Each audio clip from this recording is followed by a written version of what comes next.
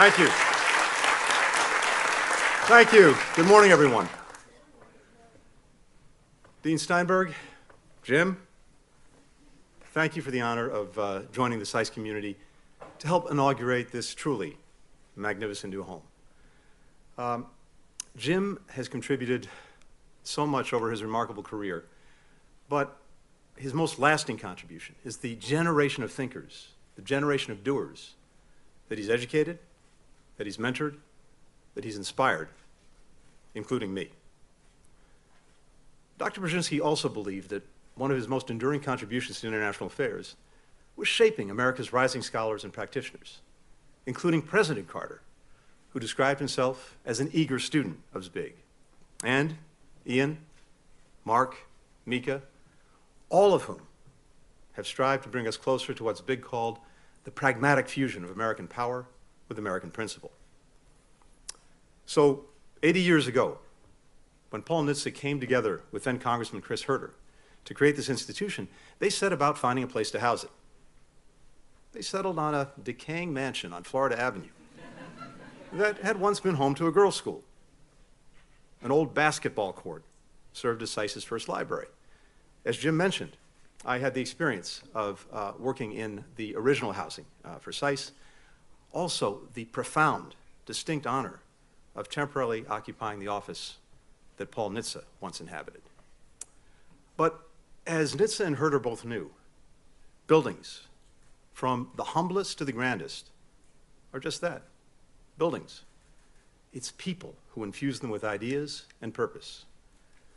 Back then, the world was reeling from the Second World War. The old order was in ruins, and Nitze and Herter believed that this institution should play an integral role in building a new order. SAIS graduates have been fulfilling that promise ever since. Now, we find ourselves at another hinge point in history, grappling with the fundamental question of strategy, as Nitze defined it. How do we get from where we are to where we want to be without being struck by disaster along the way? Today, what I want to do is set out the Biden administration's answer to that profound and vital question. So let's start with where we are. The international landscape that all of you are studying is profoundly different from the one that I encountered when I started out in government 30 years ago alongside Mr. Steinberg. The end of the Cold War brought with it the promise of an inexorable march toward greater peace and stability, international cooperation, economic interdependence, political liberalization, human rights. And indeed, the post-Cold War era ushered in remarkable progress. More than 8 billion people lifted from poverty, historic lows in conflicts between states, deadly diseases diminished, even eradicated. Now, not everyone benefited equally from the extraordinary gains of this period. And there were serious challenges to the order. The wars in the former Yugoslavia, the genocide in Rwanda, 9/11 in the Iraq War, the 2008 global financial crisis, Syria, the COVID pandemic, to name a few. But what we are experiencing now is more than a test of the post-Cold War order. It's the end of it. That didn't happen overnight. And what brought us to this moment will be the subject of study and debate for decades to come. But there's a growing recognition that several of the core assumptions that shaped our approach to the post-Cold War era no longer hold. Decades of relative geopolitical stability have given way to an intensifying competition with authoritarian powers, revisionist powers. Russia's war of aggression in Ukraine is the most immediate, the most acute threat to the international order, enshrined in the UN Charter and its core principles of sovereignty, territorial integrity and independence for nations, and universal indivisible human rights for individuals. Meanwhile, the People's Republic of China poses the most significant long-term challenge because it not only aspires to reshape the international order, it increasingly has the economic, the diplomatic, the military, the technological power to do just that. And Beijing and Moscow are working together to make the world safe for autocracy through their no-limits partnership. As this competition ramps up, many countries are hedging their bets. The influence of non-state actors is growing, from corporations whose resources rival those of national governments, to NGOs providing services to hundreds of millions of people. to terrorists with the capacity to inflict catastrophic harm, to transnational criminal organizations trafficking illicit drugs, weapons, human beings. Forging international cooperation has gotten more complex, not only because of rising geopolitical tensions, but also because of the mammoth scale of global problems like the climate crisis, food insecurity, mass migration and displacement. Countries and citizens are losing faith in the international economic order. Their confidence rattled by systemic flaws. A handful of governments that use rule-shattering subsidies, stolen IP, and other market-distorting practices to gain an unfair advantage in key sectors. Technology and globalization that hollowed out and displaced entire industries, and policies that failed to do enough to help out the workers and communities that were left behind. And inequality that has skyrocketed. Between 1980 and 2020, the richest 0.1% accumulated the same wealth as the poorest 50%. The longer these disparities persist, the more distrust and disillusionment they fuel in people who feel the system is not giving them a fair shake. And the more they exacerbate other drivers of political polarization, amplified by algorithms that reinforce our biases, rather than allowing the best ideas to rise to the top. More democracies are under threat, challenged from the inside by elected leaders who exploit resentments and stoke fears, erode independent judiciaries in the media, enrich cronies, crack down on civil society and political opposition, and challenged from the outside by autocrats who spread disinformation, who weaponize corruption, who meddle in elections.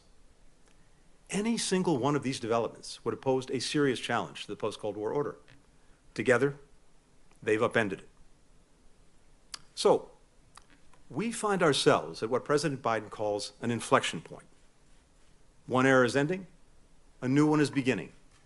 And the decisions that we make now will shape the future for decades to come.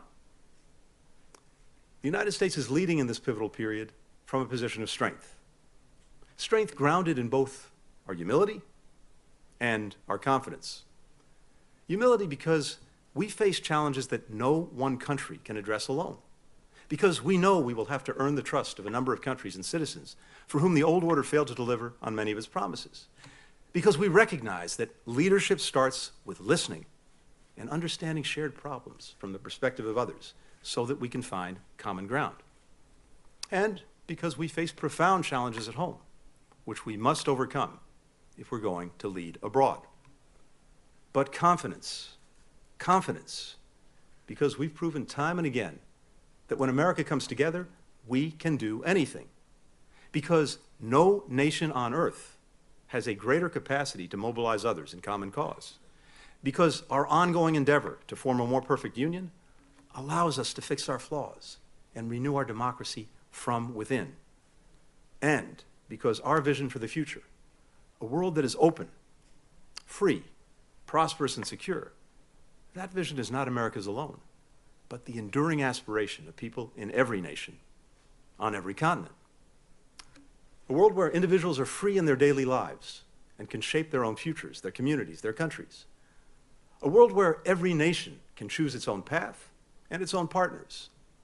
A world where goods, ideas, and individuals can flow freely and lawfully across land, sea, sky, and cyberspace, where technology is used to empower people, not to divide, surveil, and repress them.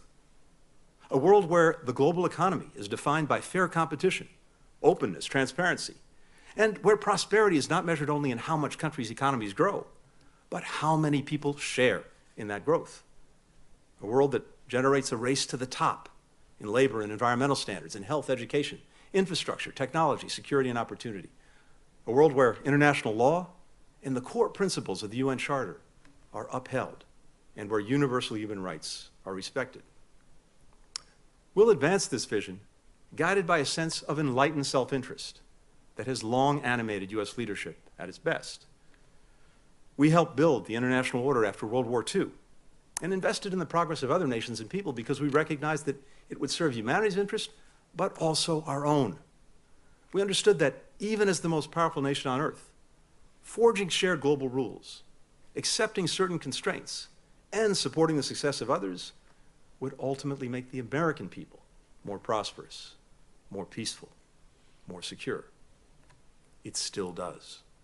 Indeed, America's enlightened self-interest in preserving and strengthening this order has never been greater. Now, our competitors have a fundamentally different vision. They see a world defined by a single imperative: regime preservation and enrichment. A world where authoritarians are free to control, coerce, and crush their people, their neighbors, and anyone else standing in the way of this all-consuming goal. Our competitors claim that the existing order is a Western imposition, when in fact the norms and values that anchor it are universal in aspiration and enshrined in international law that they've signed on to. They claim that what governments do within their borders is their business alone, and that human rights are subjective values that vary from one society to another. They believe that big countries are entitled to spheres of influence, that power and proximity give them the prerogative to dictate their choices to others. The contrast between these two visions could not be clearer, and the stakes of the competition we face could not be higher for the world and for the American people. When President Biden asked me to serve as Secretary of State, he made clear that my job was to deliver, first and foremost, for the American people. And he insisted that we answer two fundamental questions. How can America's engagement abroad make us stronger here at home? And how can we leverage America's renewal at home to make us stronger in the world? Our answers to those questions have guided President Biden's strategy since day one. We started by investing in ourselves at home, so the U.S. is in the strongest position to compete and to lead in the world. As George Kennan reminds us, much depends on the health and vigor of our own society. And President Biden and our Congress have made America's biggest investments in generations in shoring up our health and vigor. We're upgrading infrastructure, boosting research, bolstering the key industries and technologies of the 21st century, recharging our manufacturing base, leading the global energy transition. More than at any point in my career, in my lifetime, our domestic and foreign policy are fully integrated. In no small part thanks to National Security Advisor Jake Sullivan, who's played a leading role in crafting our modern industrial and innovation strategy and aligning it with our foreign policy. Our domestic renewal reinforces and is reinforced by American leadership in the world. And that's where the power and purpose of American diplomacy comes in. At the core of our strategy is re-engaging, revitalizing, reimagining our greatest strategic asset, America's alliances and partnerships. We're working with purpose and urgency to deepen, broaden, and align our friends in new ways so that we can meet the three defining tests of this emerging era: a fierce and lasting strategic competition, global challenges that pose existential threats to lives and livelihoods everywhere, and the urgent need to rebalance our technological future and our economic future so our interdependence is a source of strength, not vulnerability. We're doing this through what I like to call diplomatic variable geometry. We start with the problem that we need to solve, and we work back from there, assembling the group of partners that's the right size and the right shape to address it. We're intentional about determining the combination that's truly fit for purpose. These coalitions don't exist in a vacuum. Creating and strengthening any one group brings capabilities that can be used across America's vast network of partners. And the more coalitions we build, the more we can find new synergies between and among them, including in ways that we may not have fully anticipated. And together, the whole becomes much greater than the sum of the parts. Fellow democracies have always been our first port of call for cooperation. They always will be. That's why President Biden convened 2 summits for democracy to bring together leaders from democracies, big and small, emerging and established, to tackle the shared challenges we face. But on certain priorities, if we go it alone or only with our democratic friends, we will come up short. Many issues demand a broader set of potential partners, with the added benefit of building stronger relationships with more countries. So, we're determined to work with any country, including those with whom we disagree on important issues, so long as they want to deliver for their citizens, contribute to solving shared challenges, and uphold the international norms that we built together. This involves more than just partnering with national governments, but also local governments, civil society, the private sector, academia, and citizens, especially young leaders. This is the heart of our strategy, to get from where we are to where we need to be. and we're pursuing it in 4 principal ways. First, we're renewing and deepening our alliances and partnerships and forging new ones. Go back just a few years, and some were openly questioning the capabilities and relevance of NATO and America's own commitment to it. Today, the alliance is bigger, stronger, more united than ever. We've added an incredibly capable new member in Finland. Sweden will join soon, and NATO's doors remain open. We've enhanced our deterrence and defense, including adding 4 new multinational battalions to NATO's eastern flank, and increasing defense investments to address emerging challenges from cyber attacks to climate change. We're transforming the G7 into the steering committee for the world's most advanced democracies, combining our political and economic muscle to not only address the issues affecting our people, but also to offer countries outside the G7 better ways to deliver for their people. We've raised the level of ambition in our relationship with the European Union. Together, we account for 40% of the global economy. We're using that power to shape our technological and economic future to reflect our shared democratic values. We're taking critical bilateral relationships to a new level. Our decades-long alliance with Japan is stronger and more consequential than ever, reaching new frontiers from space to quantum computing. We signed the Washington Declaration with the Republic of Korea, bolstering our cooperation to deter threats from North Korea, and the Jerusalem Declaration with Israel, reaffirming our commitment to Israel's security and to using all elements of U.S. power to ensure that Iran never acquires a nuclear weapon. We agreed to new basing and posture arrangements with allies Australia and the Philippines. The U.S.-India strategic partnership has never been more dynamic, as we team up on everything from advanced semiconductors to defense cooperation. And just a few days ago, in Hanoi, President Biden cemented a new comprehensive strategic partnership with Vietnam. We've galvanized regional integration. In the Middle East, we've deepened both recent and decades-old relations between Israel and Arab states, and we're working to foster new ones, including with Saudi Arabia. In our own hemisphere, which is experiencing the greatest mass migration and displacement in its history, we've rallied 20 countries and counting around a regional strategy to ensure safe, orderly, and humane migration, while also addressing the root causes that are driving people from their homes in the first place.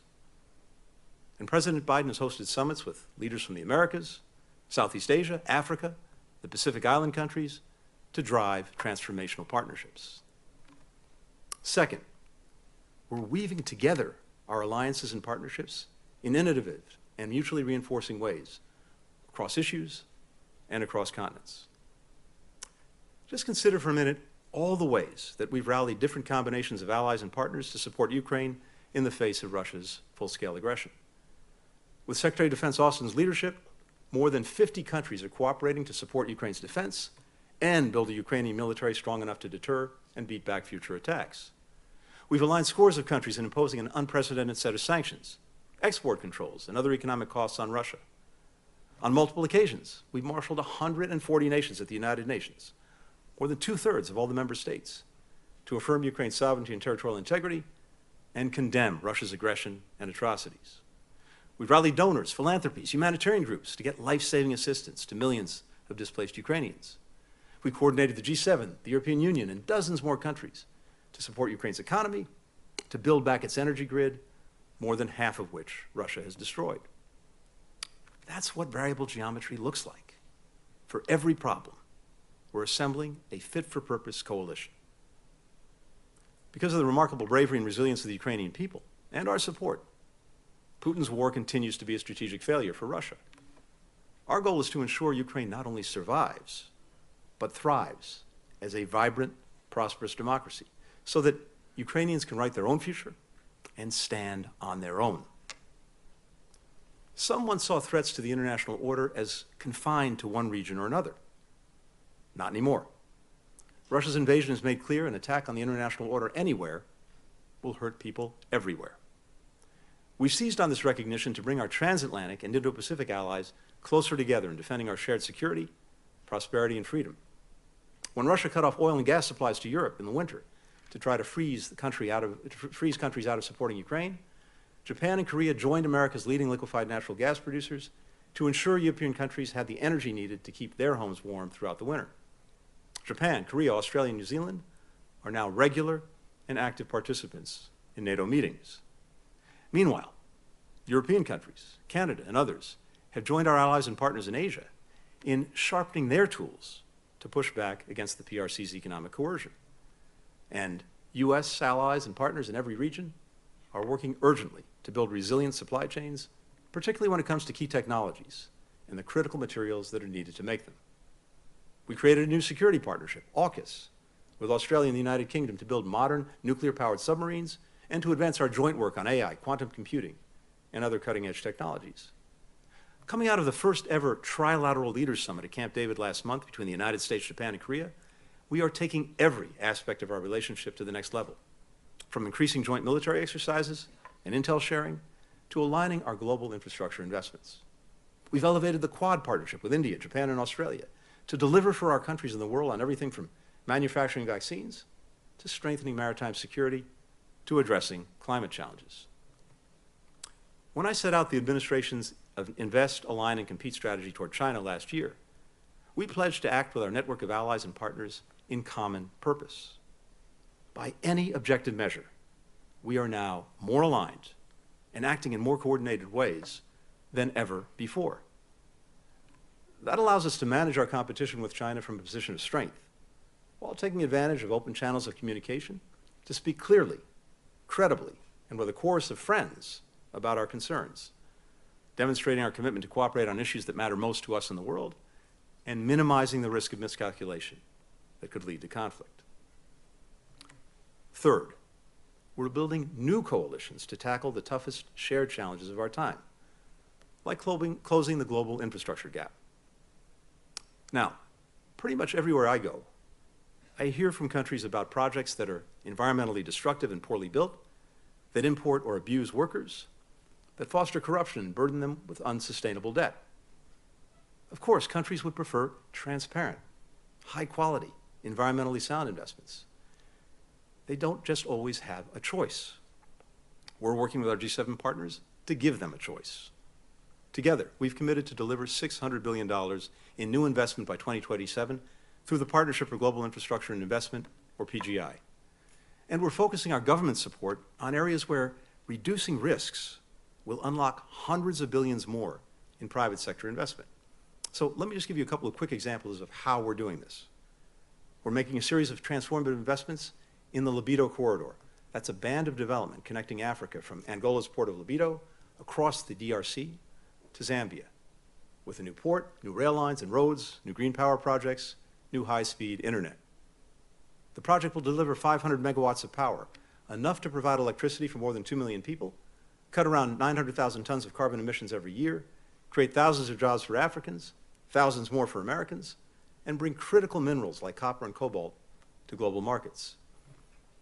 When I visited Kinshasa last year, President Tshisekedi said that Libido is the choice that they've been waiting for, a chance to break from the exploitative, extractive development deals that they had had to accept for far too long.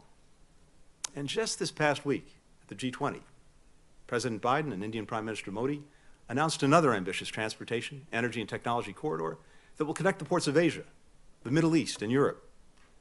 Saudi Arabia, the United Arab Emirates, France, Germany, Italy, the EU will team up with the US and India to turbocharge clean energy production, digital connectivity, and strengthen critical supply chains across the region. These and other efforts to build infrastructure in developing countries are ultimately investments in our own future, creating more stable, prosperous partners for the United States, more markets for American workers, businesses, and investors, and a more sustainable planet for our children. Making a stronger offer for our partners is a good deal for America, too. The same is true for our leadership to address the global food crisis. More than 700 million people worldwide face food insecurity, fueled by COVID, climate, and conflict, exacerbated now by Russia blocking the flow of grain from Ukraine, the world's breadbasket. Now, I've had a chance to listen to leaders in countries that have been the hardest hit by this crisis. And what they make clear to me is this: yes, they need emergency aid, but what they really want is investment in agricultural resilience, in innovation, in self-sufficiency, so that they don't find themselves in a crisis like this again. We're partnering with them to deliver just that, together with more than 100 countries that have signed on to a global roadmap for action. And we're leading by the power of our own example. The United States is the largest donor in the world to the UN World Food Program. We provide about 50% of its annual budget. Russia and China, less than 1% each. Since 2021, the United States has also provided more than $17.5 billion to address food insecurity and its root causes. That includes more than $1 billion every year toward Feed the Future, a USAID flagship program, our partnership with 40 countries to strengthen food systems. And it includes our support for something called VAX, a new program we launched with the African Union and the UN to identify the most nutritious African crops, to breed their most climate-resilient varieties, and to improve the soil that they grow in. The more countries can feed their own people, the more prosperous and more stable partners they'll be. The less they can be victimized by countries willing to cut off food and fertilizer. The less support they'll need from international donors. The more abundant the global food supply will be, lowering prices in markets everywhere, including in the United States. We're bringing a similar approach to emerging technologies like artificial intelligence.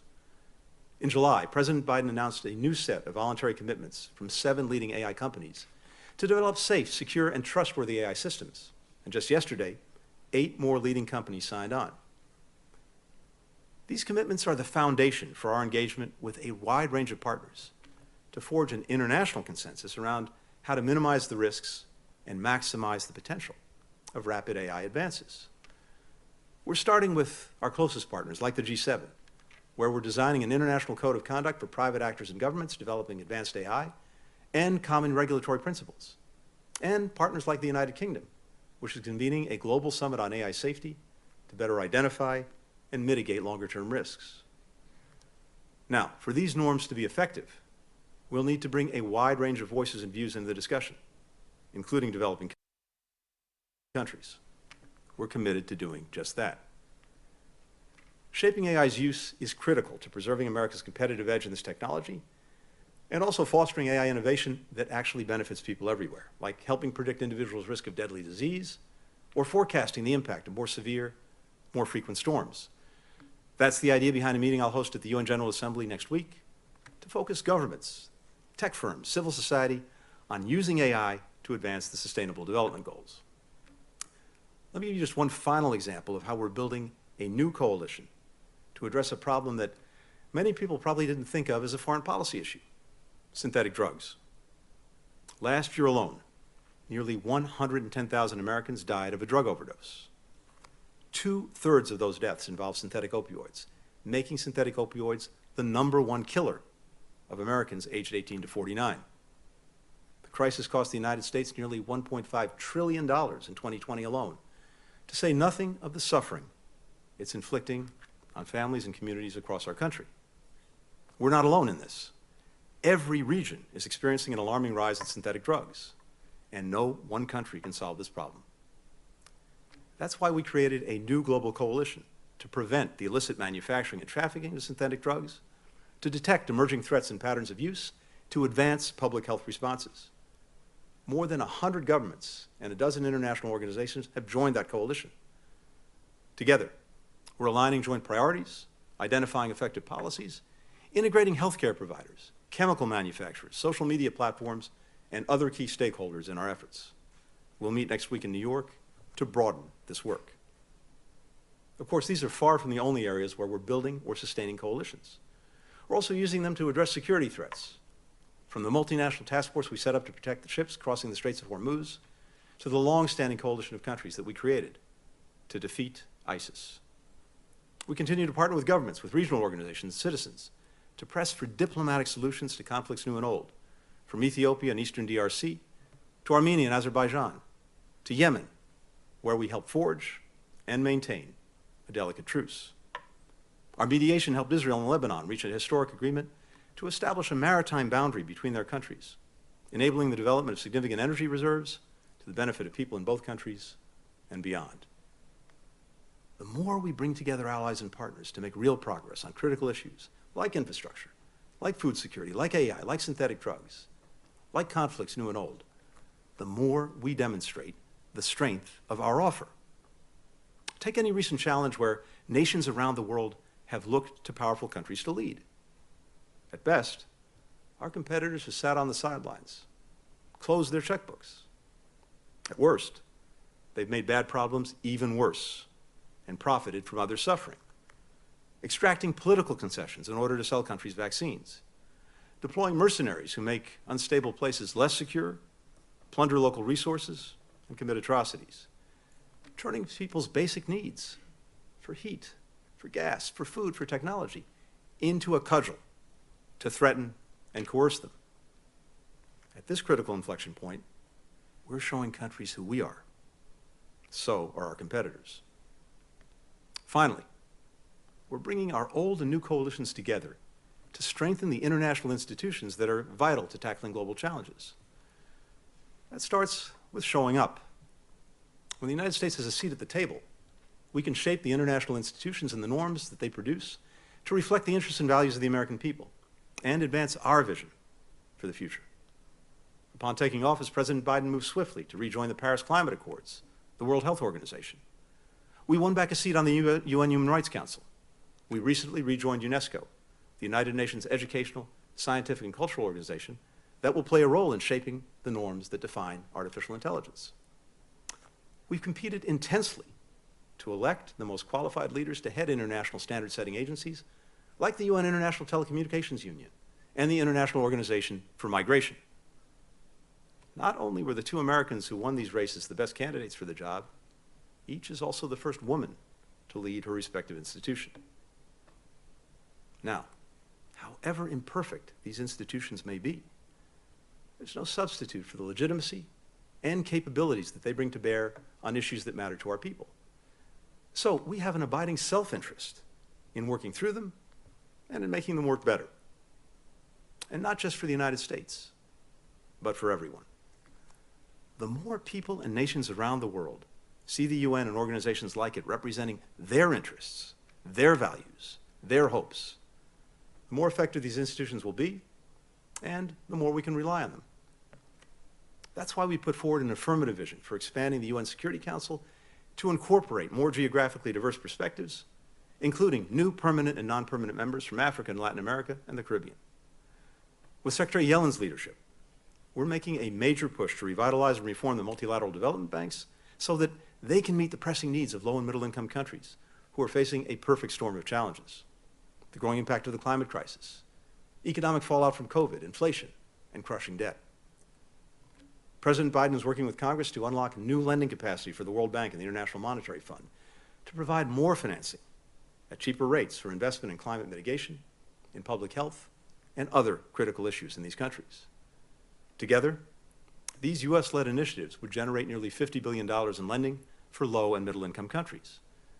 And with our strong push, the World Bank will soon enable countries to defer debt payments after climate shocks and natural disasters. When we strengthen international institutions, and when they deliver on their core promises to ensure security, to expand opportunity, to protect rights, we build a broader coalition of citizens and countries who see the international order as something that improves their lives in real ways and deserves to be upheld and defended. So, when the Beijings and Moscows of the world try to rewrite or rip down the pillars of the multilateral system, when they falsely claim that the order exists merely to advance the interests of the West at the expense of the rest, a growing global chorus of nations and people will say, and stand up to say, no, the system you're trying to change is our system. It serves our interests. And just as important, when our fellow Americans ask what we are getting in return for our investments abroad, we can point to tangible benefits for American families and communities, even as we spend less than 1% of our federal budget on diplomacy and global development. Those benefits include more markets for American workers and businesses, more affordable goods for American consumers, more reliable food and energy supplies for American households, leading to lower prices at the pump and the dinner table, more robust health systems that can arrest and roll back deadly disease before it spreads to the United States, more allies and partners who are more effective in deterring aggression and addressing with us global challenges. For these and so many other reasons, America's return on the international order far exceeds our investment in it. In this pivotal time, America's global leadership is not a burden. It's a necessity to safeguard our freedom, our democracy, and our security, to create opportunities for American workers and businesses, to improve the lives of American citizens. Dean Acheson, who led the State Department after the Second World War, observed in his account of that period, present at the creation, that, and I quote, "History is written backwards, but it's lived forwards." Acheson was writing about a different inflection point, of course, but his words hold true for every period of profound uncertainty and change, including our current one. In retrospect, the right decisions tend to look obvious, the end results almost inevitable. They never are. In real time, it's a fog. Rules that had provided a sense of order, stability, and predictability can no longer be taken for granted. There are risks inherent in every course of action, currents beyond our control, countless lives at stake. And yet, even in such times, indeed, especially in these times, policymakers don't have the luxury of waiting for the fog to lift before choosing a course. We must act, and act decisively. We must live history forward, as Acheson did, as Brzezinski did, as have all the other great strategists who've guided America through these hinged moments.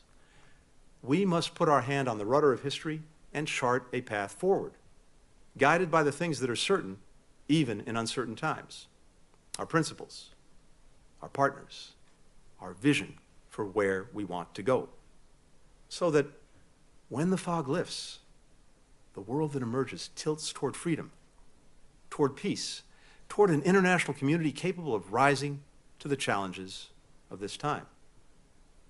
No one understands this better than President Biden. And America is in a significantly stronger position in the world than it was 2.5 years ago because of the actions that he's taken.